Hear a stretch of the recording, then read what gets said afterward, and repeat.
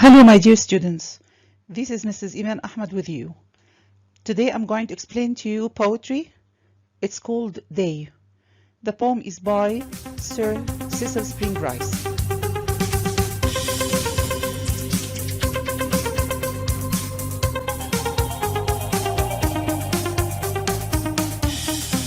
Who is Sir Cecil Spring Rice? He was a British diplomat.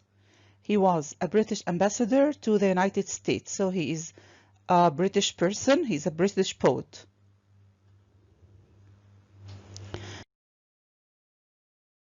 Well, when we study poetry, we have to look at two things first, the form and the content. By the form, we mean the shape of the poem, how the poem is formed, how many stanzas, and what kind of a poem, the ideas, how many.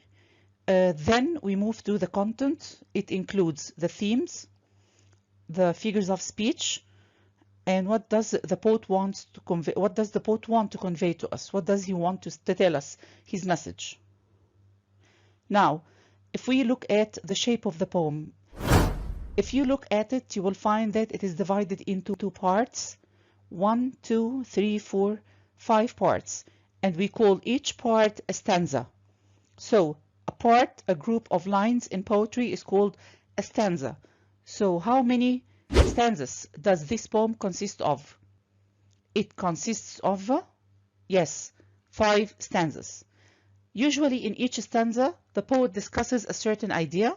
Then in the second one, he moves to another stanza. And usually the last one, he sums up the whole idea. Okay, let's explain the first one. The poet says here, I am busy, said the sea. I am busy, think of me. Making continents to be. I am busy, said the sea. It seems as if the poet thinks that the sea is a person talking about himself, about the importance of his job. Okay? Look at the second one. I am busy, said the rain. When I fall, it's not in vain. Wait and you will see the grain. I am busy, said the rain. Again, in the second stanza, the poet here talks about the rain, and he imagines the rain to be a person talking about his job and how important it is. In the third one, I am busy, said the air, blowing here and blowing there, up and down and everywhere. I am busy, said the air. Again, another element of nature is talking about its job, the air. I am busy, said the sun, all my planets, every one. No, my work is never done. I am busy, said the sun. Another element of nature here, the fourth element, which is the sun, talking about its job. Now look at the last one, the last stanza. Sea and rain and air and sun. Here is a fellow toiler one, whose task will soon be done. Now he sums up the whole idea of the poem, talking about the 4 elements of nature beside himself. So the poet considers himself as a person who is working like the elements of nature. Let's talk about each stanza in detail. The sea is talking about his job, that the job of the sea is very important. Water is very important, the sea water, where the clouds and the rain come from. You can find lots of things in the sea. Ships move in the sea. You can find fish that people can eat from the sea. Then he talks about the rain. Water, again, is very important to us. The importance of rain is that it helps plants to grow. We cannot live without the rain. Then he talks about the air we breathe. Oxygen is very important to all living organisms. to people, plants, and animals. We cannot live without water, without air. We breathe the air, and the wind. When he says blowing here and blowing there, he means that the movement of the wind, of the air, is very important. It's all over the place. It's everywhere. Without air, you cannot breathe. You cannot hear each other. Planes cannot fly. Lots of things. Life cannot exist without air. Then he moves to the last element of nature, which is the sun. Of course, you know the importance of the sun. The main thing in the solar system, the source of warmth. The sun, without it, there is no photosynthesis analysis for plants. Without the sun, there will be no warmth on Earth. Simply, we cannot live without the sun, the sea, the rain, and the air. Then he makes a very important comparison between himself and the elements of nature. He talks about the sea, the rain, and the air, and the sun, and himself. But which job is more important, do you think? The work of the 4 elements of nature or the work of man? Well, if you make this comparison, you will find that the work of the elements of nature is much more important than the work of man, because they will exist and remain forever. But man will grow up, grow old, and die one day. And his job, his task will soon finish. But the work of nature will remain forever. Okay?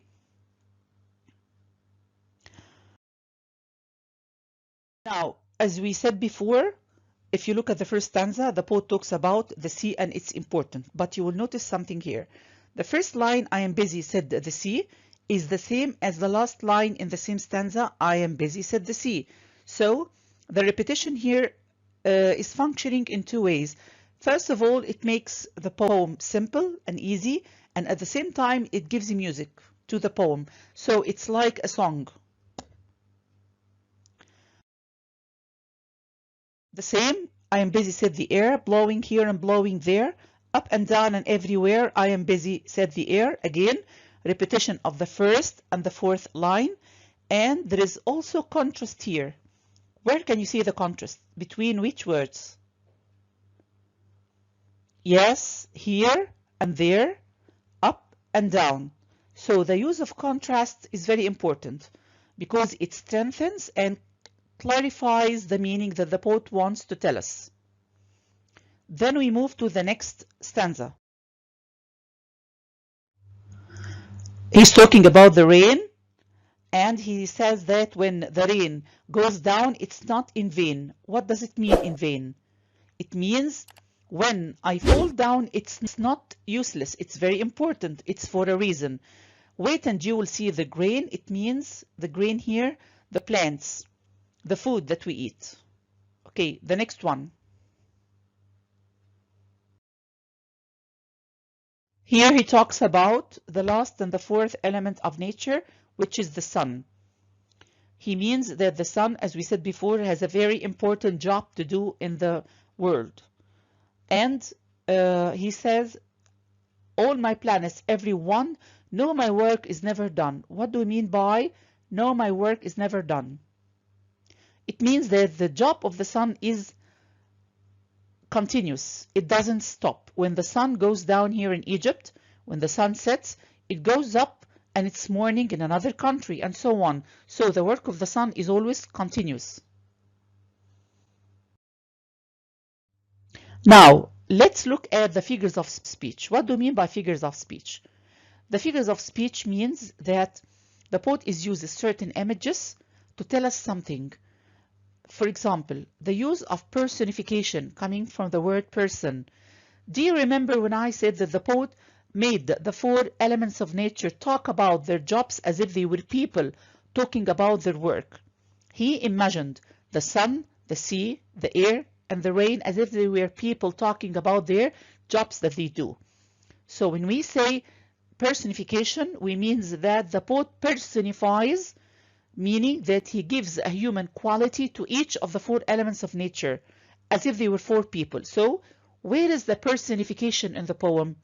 Well, in fact, the whole poem is a personification of the sun, the sea, the air, and the rain. The poet personifies them as if they were people talking about their jobs, just like men.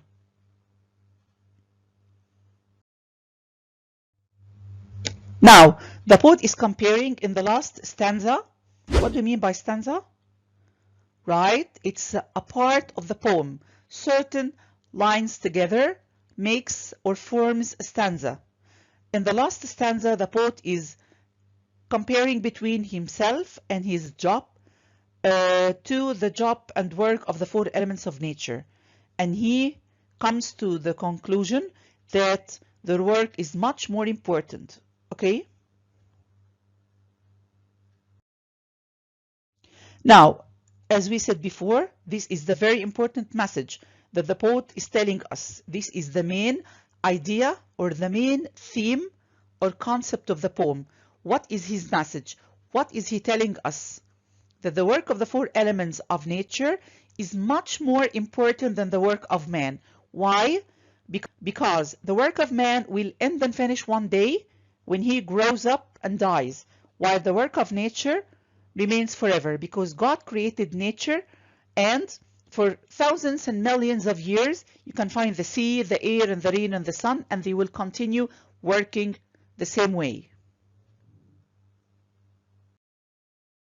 Okay, let's try to think about the important things that we have covered or said so far. First of all, we said that the poem is divided or made up of 5 parts that we called stanzas. Okay? Now, there is something else called in poetry the music or the rhyme scheme. What is the rhyme scheme? This is something new to you as first prep students. The rhyme scheme is the music I hear and I get from the last word in each line. Okay, what is the last word in each line? The last word gives music to the ear. I don't care about the spelling or the meaning of the word. I just look at the music I hear. If you look at the first stanza in the poem, when he says, I am busy, said the sea. I am busy, think of me, making continents to be. I am busy, said the sea. Look at the last words. See, me, be, see. The same sound that you hear. So we give the first stanza the letter A. Why? Because the letter A is the first letter in the alphabet. And the first stanza has the same music, the same sound. That's why I give it the same music. The second one, when he says I am busy, said the rain. When I fall, it's not in vain. Wait and you will see the grain. I am busy, said the rain. Now, listen to the last word. Rain, vein, grain, rain. You feel that they are all the same sound, right? I gave them the second letter of the alphabet B.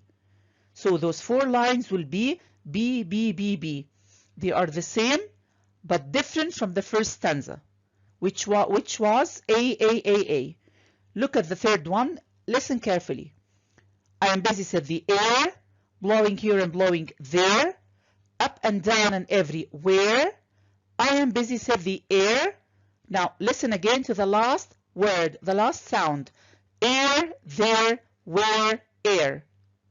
Exactly. Very good. They are the same sound, but different from the first 2 parts or 2 stanzas. I gave it the next letter in the alphabet C. So the sound in the 4 lines in the third stanza will be C, C, C, C. Let's look at the next stanza, number 4. I am busy, said the sun. All my planets, every one. No, my work is never done. I am busy, said the sun. Sun, one, done, sun. Again, you hear music. I gave it the letter D. Now, the last one, sea and rain and air and sun. Here is a fellow toiler, one, whose task will soon be done. I can hear some students who are saying that the last stanza sounds exactly like the one before it, stanza number 4. Right, it's the same, because it was sun, one, done, sun, Again, sun, one, done. So it will take the same letter D. So stanza number four and the last stanza number 5 will take the same letter because they are both the same sound. Very good. So again, the rhyme scheme is the music I hear at the end of each line, the word, the sound of the word, and I gave it a certain letter in the alphabet. Now, we said before the contrast in up and down, the opposites, here and there, is never done, will soon be done. And I said also that the whole poem is a personification. And again, what is meant by personification? It is coming from the word person. It means I am giving something which is not human, qualities of a human being, like making the 4 elements of nature, people talking about their jobs. I'm giving them human qualities, so I am personifying them. Why? Because the poet is comparing himself, his job, to the job of those 4 workers or elements of nature. Okay? Now look at the questions. What is the message the poet wants to convey? It means, what is the poet trying to tell us? I have just said it. He is trying to tell us that the work of nature is very important and the work of man is very important too. But the work of nature is much more important than the work of man because their job will remain forever while man's job will end and finish one day when he dies and grows old. Question number 2. What is the rhyme scheme of the poem? Yes, I can hear some students trying to give me the answer. They are trying to remember. Do you remember the letters, the alphabets? I gave 1 letter to each stanza. Do you remember? Okay, stanza 1, A, stanza 2, B, stanza 3, C, stanza 4, D, and stanza 5, the same like 4, D. Question number 3. Give an example of personification from the poem Day. I said before that the whole poem is considered as personification. Why? Because the 4 elements of nature are personified as people talking about their jobs. Number 4. Mention the comparison in the poem. The poet is comparing between what? Himself and, right, the 4 elements of nature. He is comparing between himself and his work, his job, and the job of the 4 elements of nature. Very good. Number 5. Show how important the work of nature is compared to man's work. He means here, whose job is more important? Exactly, right? The job of the 4 elements of nature is much more important than the work of man because their job will never end or finish one day. Question number 6. Give examples of contrast from the poem. Do you remember the opposite we said before? Remember, there were 3. Here, yes, there, up, down, is never done, will soon be done. Very good. The last question, number 7. In your opinion, whose work of the 4 elements of nature is the most important? Again, in your opinion, it means what do you think, your own opinion. Whose work of the 4 elements of nature is the most important? Whose job is more important to you, do you think? The air or the sun or the sea or the rain? Well, you can choose any of the 4 elements of nature's job to talk about, or you can say that I think, or in my opinion, I think the 4 elements of nature jobs are more important. Each one is very important. We cannot do without any of them. The 4 jobs are important. Okay? Well, these are the questions. I hope that you have understood and enjoyed the lesson. Thank you very much and good luck.